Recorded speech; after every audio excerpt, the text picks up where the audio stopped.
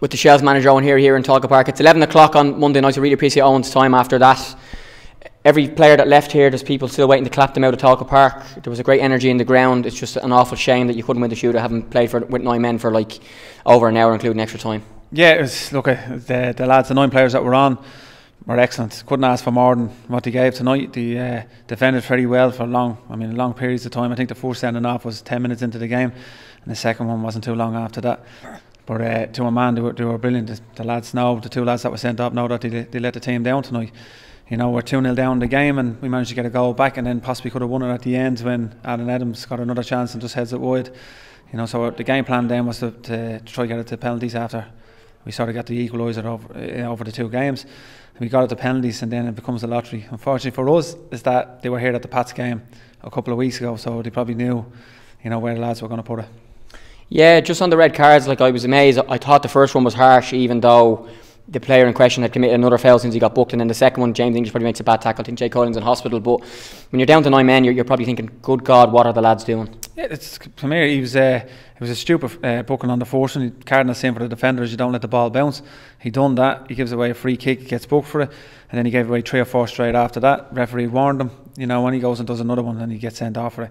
I've no qualms with it. James English, it's a cowardly tackle. You go in, you know, over the top, and you get a straight red for it. You know, especially when we're down to 10 men, you don't need to lunge in like that. You need to keep your shape, keep your discipline.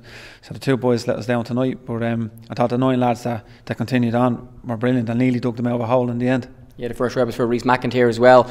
I said the same to Tim Clancy. Had he ever coached 11 against 9 in favour, and had you ever coached 9 against 11? And what were you thinking on the bench when you're going, well, we now have to play for so long with only 8 outfielders, and what do you actually try and do? What happened was when I first came in, we played Longford with 9 men, that match? And we managed to get a 0-all over. And it's just, you know, look, it becomes attack-free defence.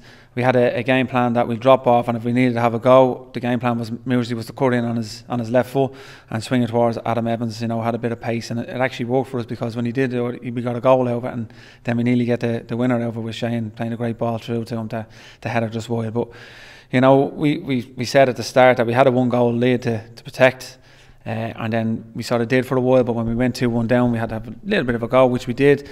And you know, the lads, every credit, they didn't kick the ball away. They tried to keep passing, tried to keep playing. Paddy was excellent on the ball. Carl Moore defensively, Alan Bourne, Dell, every man was to a T, was brilliant tonight. Yeah, Alan Byrne seemed to head out every single ball that came in the box, and you know, to defend so well for so long, to even get the game to 90 minutes and then extra time is a major achievement, given Drogheda are a good team. They got good players and they had 2 extra outfielders. Yeah, and that's where the experienced players come into fold. You know, the likes of Alan Byrne. You know, people don't give him the credit he deserves. You know, he sits in front of the back 4 and he protects it very well. Unfortunately, then he had to drop in as a centre half, and he done it. You know, every ball that came into the box he dealt with.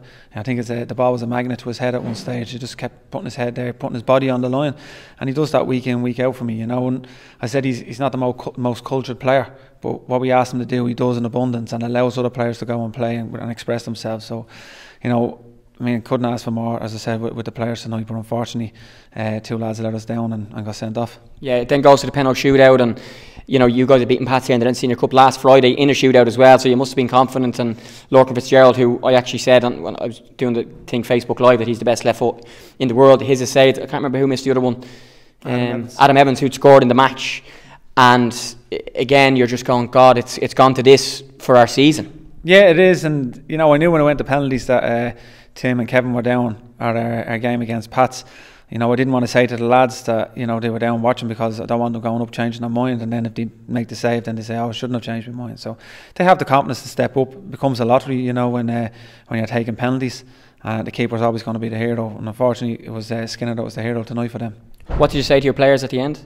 I mean, there's not much you can say. Your season is over, but you know, to a man, they were excellent and they gave it everything all season. I mean, we've lost 1 game here all season. We've lost 3 in total. We've got more points than we did last year. I think it's 10, 12 more points than last year. We've 30 plus goal difference than last year. So, you know, we're continuing that trend of improving year on, year in.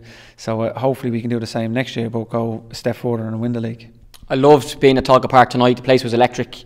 so many young people at the match. In fairness to Drogheda, they brought a decent crowd as well.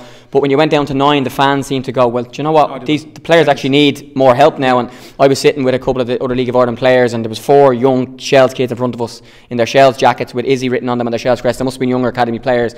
And every chant and every tackle and every decision, these little kids under 10 were screaming. And I'm just thinking, I have not been in Talca in years when there was something like this. And even though you're knocked out, there has to be hope that there's a buzz around the club again in a big game, because it was just great. I didn't sit in the press box, I sat in the crowd, and I loved just the atmosphere of 11 against 9, the crowd helping you. I totally agree with you. It's been a long time since I've been here where we've lost the game and the crowd were still applauding the lads off. But I said at the start when I come in, if they see them working hard for that jersey, they'll always get behind them, and they've done it in abundance tonight. From more goal, they really got behind the players, backed them all away, didn't moan and groan about decisions. They got behind, and it was great atmosphere.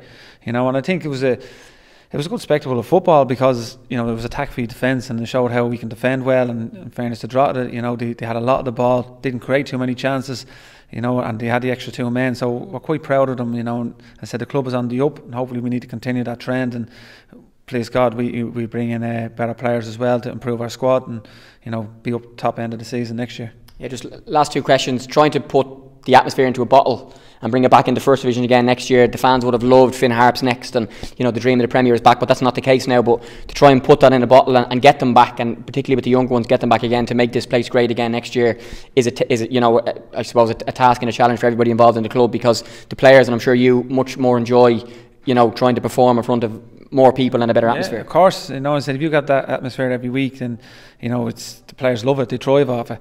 And in fairness to the Shels fans, they have done that week in, week out. They got behind us when we played out in Capantili. They've been behind us when we played here against Athlone. They're constantly helping. Once they see players working hard for that jersey, they'll always get behind them, and they've done that throughout the course of the season. We're disappointed that we're not playing Finn Harps this week. We're disappointed that we're not going to get promoted this year, but we did get a bit of silverware when we beat Pats in the Leinster Cup, so we managed to retain it. I think we're still the only club in Dublin that have won something this year. But as I said, we need to keep improving. We need to keep getting those people in through the gate, and we need to improve our squad. And I think if we can do that over the course of the off-season, then the club is going in the right direction. Yeah, and just lastly, improving your squad. I think the new owner, Andrew Doyle, gave you some money in the summer to bring in Carl Moore and Paddy Kavanagh and Greg Morehouse, and you've got some other senior players mixed with some young ones, a couple of really good young players in the club.